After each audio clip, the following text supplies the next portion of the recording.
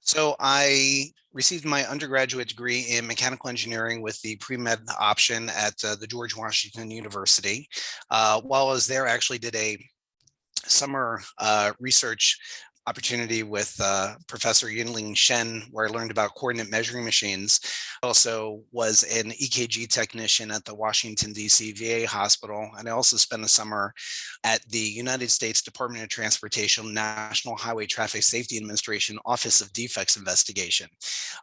And for my master's and PhD, I was at Columbia University in New York, where my thesis advisor was Van Mao. And Gerard Deteschen also helped quite a bit with some of the day-to-day activities and research that I was doing. I continued on with my postdoc at the Mayo Clinic in the motion analysis lab that was run by Ken Kaufman. And I had a co-mentor in radiology, Kim Amrami, who was head of body musculoskeletal MRI. And now at HSS, I'm located within the Department of Radiology and Imaging. So my primary collaborator is Dr. Hollis Potter. She is chair of the department and head of MRI. I also have collaborators in the Department of Biomechanics, including Tim Wright and Suzanne Marr. I work with a number of surgeons in the Adult Reconstruction and Joint Replacement Service, including Dr. Doug Paget. I work with Dr. Tom Bauer in evaluating histology from tissue samples in patients that undergo revision total hip arthroplasty. And I do a lot of work with the sports medicine service, specifically Dr. Scott Rodeo.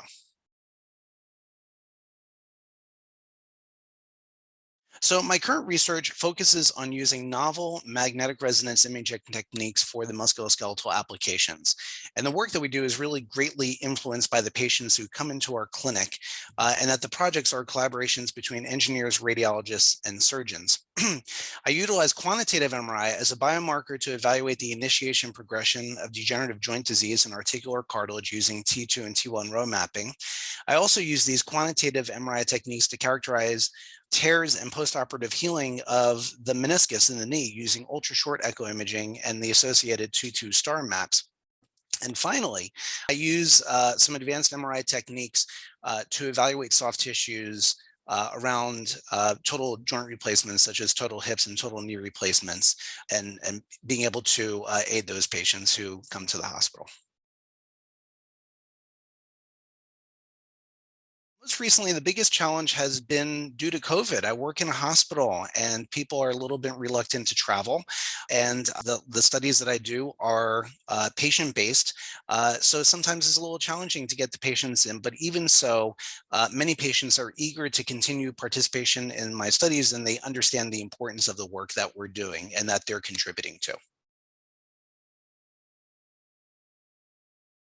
One aspect of my research is using some really cutting edge techniques to evaluate the soft tissues around total joint replacements. So a lot of the day-to-day work that's done in our department uses morphologic images to evaluate these soft tissues.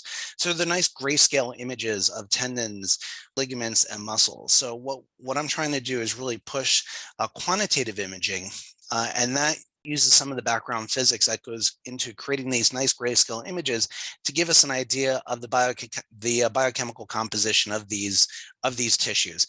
Is there scarring of the tissue? Do people who present with an infection, their tissues may look different, but what do the quantitative metrics indicate about these people? And is it predictive of subsequent arthroplasty failure or also indicative of healing of the tissues?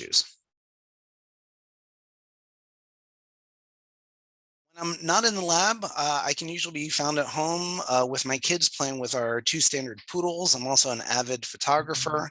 I like to travel. I like to read, and so those are the things that I do in my spare time. And I try to practice the piano, but that's getting a little bit hard.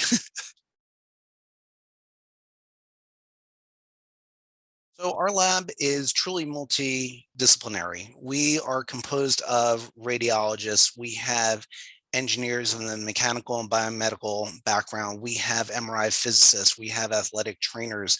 And so all of these people are able to contribute their own view of the study and their specialty to any particular study that is going on.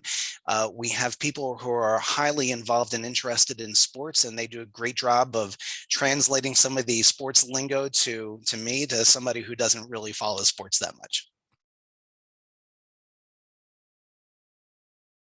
When interviewing a school or a lab, you should always think about, how would this benefit me with the next steps that I want to do?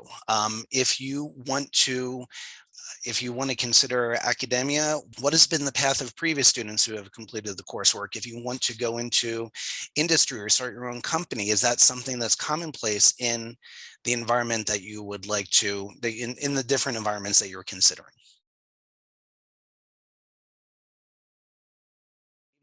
Even though I do a lot of hips and knees, I'm able to see other joints throughout the body using new and novel techniques that I may be able to borrow some of their analysis techniques for my own studies. In addition, I have a lot of colleagues from grad school who continue to go to the ORS, so it's nice to be able to see them on an annual basis.